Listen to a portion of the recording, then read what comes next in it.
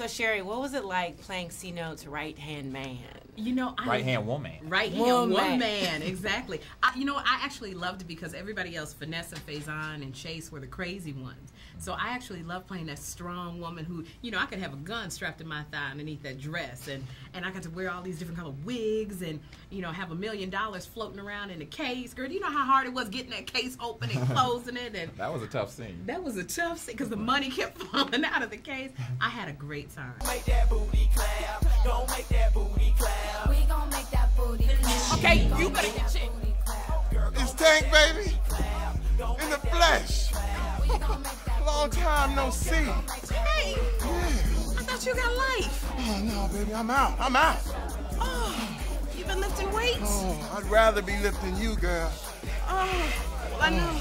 You know, I cut out the proteins. I'm eating a lot of sugar. Yeah, it's time to get some of this chocolate, though. Oh, you want that chocolate? Carve it up. Yeah, melt it. Look, let's take up where we left off. So there ain't gonna be no police this time, all right?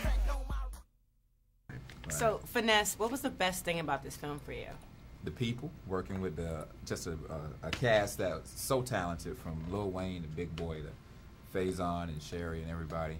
And I think having a director who was just like, Finesse, I know your work, I know what you can do, just have fun with this character, because I really don't know where I want him to go, so you just take him wherever you want him to go. And I think in the movie, this guy comes off dread, he comes off as just very fun. You know, you like to see him, you can't wait, or you wonder what he's going to do next. And I think that was the fun part about playing that character.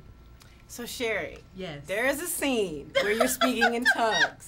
Now I know you go to church. Yes, you know, you're a church woman. I'm a church goer. Now, was that true to life? Is that something that you do? Yeah, I do speak in tongues actually on a real. But you know, Garrett Morris got up and he was preaching, and it was such a church feel. Plus, it was 4 in the morning. It was like 4:30 in the morning, and we were tired and cold. And you know, at that time, everything is silly. And so he was preaching, and it just kind of took hold. And I saw people we were getting into it, and Don let me go. So it was one of those scenes where everybody was just throwing stuff out, and the energy on that particular take was so high that Sherri just busted out of nowhere. So when they cut the FAIZON, looking at her like, that's a real look. Yeah, that was a real look. You couldn't fake that surprise look. He was just like, what the heck is she doing? And she went off, and that has to be one of the funniest scenes in the movie. I agree. I definitely agree. Why can't a soul brother walk these fairways, huh? Free Mandela. That's what I'm talking about. If you strip this brother of his jacket, you will strip yourselves of your very souls. Hallelujah.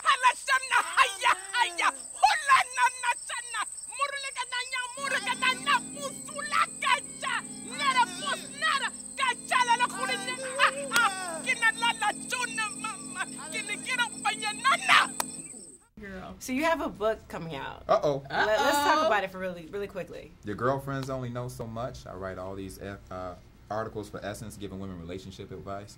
And so that turned into a book deal, and that's coming out in November. I'm really excited about it. Can I tell you, we would be out to eat, Tamala and I and the girls, and Finesse was always with us going, so when a man breaks up with you, really, how do you feel? And I was like, why do you want to know? I feel pain. He's like, what kind of pain? Tell me about that pain. Talking to the tape recorder. And so half of what's in my book, we can help. Yeah, I got from the cast of Who's Your Caddy. He sure did. So we were drinking. I don't know how good this. Oh, it's so funny. The book is just as funny as the movie. So I'm really excited about both projects. Yes. So how was it working with Big Boy for both of you? Oh, girl. I was intimidated because I was like, this is Outkast, half Outkast, but he's so shy. He's so shy. It was great. And I'm from Atlanta, so I've been around his music, and to be in my first movie with Big Boy, I was just like, yo, dog, I've been following you since high school. He was like, oh, bro, I've been seeing you around. So it's good when two black men get together and say, I've been watching you, dog. I love your work. And I'm looking at him like, man, I'm just such a fan. I started trying to spit all his songs to him. You know how you go through that phase. That's what I told him. I was like, look, I've been sending you all them naked pictures for all these years. And I'm finally working with you. See? Oh my gosh, you remember, this is me. You remember that?